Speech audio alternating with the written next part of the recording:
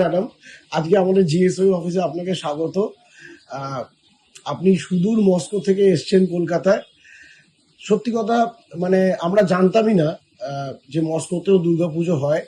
এবং আমি যতটুকু শুনেছি আপনি দীর্ঘ 35 বছর ওখানে আছেন। একটু যদি বলেন মানে কি ভেবে আপনারা পুজোটা শুরু করেছিলেন, আজকে পুজোটা কি জায়গায় আছে, তখনকার সোভিয়েত ইউনিয়ন ভার্সেস এখনকার রাশিয়া, একটু যদি বলেন। আমি ইতিহাসের স্টুডেন্ট বলে আরোই এটা খুবই আনন্দ লাগে বলতে যে আর 5টা দুর্গাপুজোর মতন কিন্তু রাশিয়ার দুর্গাপুজো অত ইজি ছিল না করা। প্রথমত খুব মুষ্টিমেয় সংখ্যক বাঙালি ওখানে, এখনো অব্দি বাঙালির সংখ্যা খুবই কম। আমেরিকা, লন্ডন বা ধরুন অন্যান্য যত দেশ আছে যেখানে প্রচুর পরিমাণে বাঙালি, সেই হিসেবে আমরা শুরু করেছিলাম স্টুডেন্টদের দল। আমাদের ওখানে তখন ছিলেন first secretary education mister Santosh Kumar Ganguly, উনি এখন দিল্লিতে সেটেল।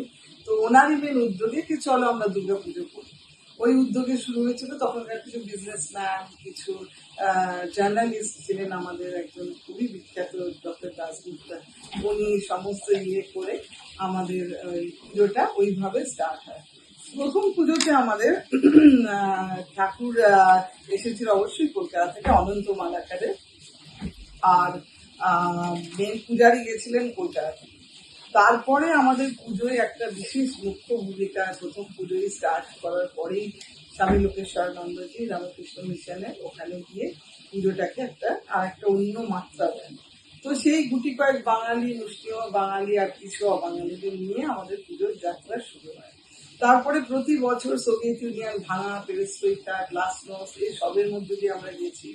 বহু জল, গঙ্গা, ভোলগা সব দিয়ে হয়ে গেছে। তারপরে আপনার পুজো খুবই আমরা নিষ্ঠা ভরে করি। আমাদের পুজোর মেন যিনি আমরা পুরোহিত বলবো না, আমাদের পুজোর ব্যাকবোন যিনি প্রেসিডেন্ট আমাদের ওখানে রামকৃষ্ণ মিশনের স্বামী জ্যোতিরিকানন্দজি, উনি আমাদের প্রেসিডেন্ট। আর ভাইস প্রেসিডেন্ট আত্মলোকানন্দজি, আমরা বিভিন্ন মহারাজ বলে ডাকি। আর পূজা অ্যাকচুয়ালি ওনারা তো করতে পারেন না, তন্ত্রধারক অঞ্জন মহারাজ উনি করেন, উনি থাকেন সেন্ট পিটার্সবার্গে। তো উনি এই 5 দিন পুজোর উনি এসে পুজোটা পুরো করেন। আর আমাদের doctor Pradyumna Chatterjee oncologist, women পুরোহিতের কাজটা ও করে পেছন থেকে। এই ধরুন 35 বছর ধরে আমরা পুজো করে যাচ্ছি। এইটা 5 দিন আমরা ফার্স্ট অফ অল মেনে করি। আমাদের উইকডেজ পুজো নয়, উইকেন্ডের পুজো নয়। কেননা মহারাজের যেটা বক্তব্য ছিল যে দেখো, পুজোয় যেখানে মায়ের আবাহন নেই, বিসর্জন নেই, সেই পুজোর কোনো মানে হয় না।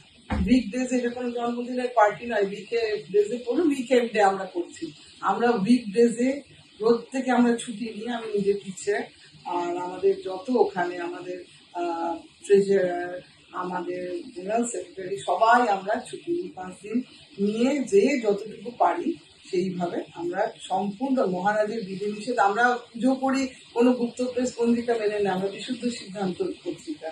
বেলুর মঠের যে নীলঘণ্ট যে হয়, পুরো বেলুর মঠের আমাদের পুজোটা হয়, আমাদের শ্রদ্ধেয় মহারাজের পূজনীয় মহারাজের।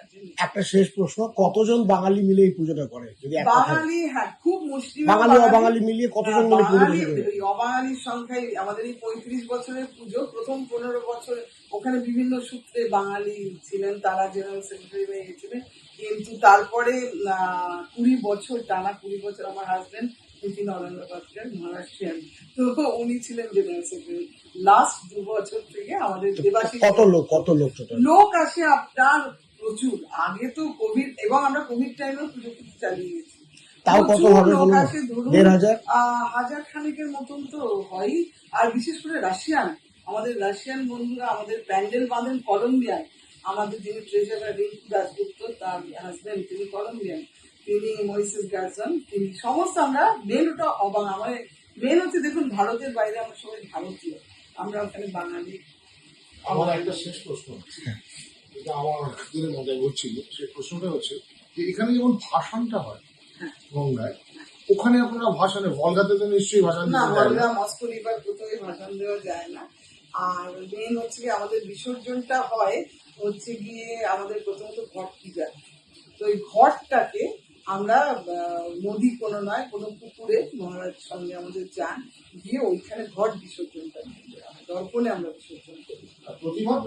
প্রতিমা আমরা ওই এই বছরে আমাদের জেনারেল সেক্রেটারি লাস্ট ইয়ার থেকে নতুন আমাদের দেবাশিস সেনগুপ্ত, তো উনি এই বছরে উদ্যোগ নিয়ে আমাদের প্রতিমা বানান কৌশিক ঘোষ, উনি কুমারটুক, তো আমাদের পুরনো প্রতিমা উনি বানিয়েছেন, এই বছর আমাদের নতুন প্রতিমা যাচ্ছে, তাই আমরা সবাই খুবই উৎসাহিত। 35 বছরের পুজোয় আমাদের নতুন প্রতিমা যাচ্ছে কুমারটুক। Thank you Sudesh Babu.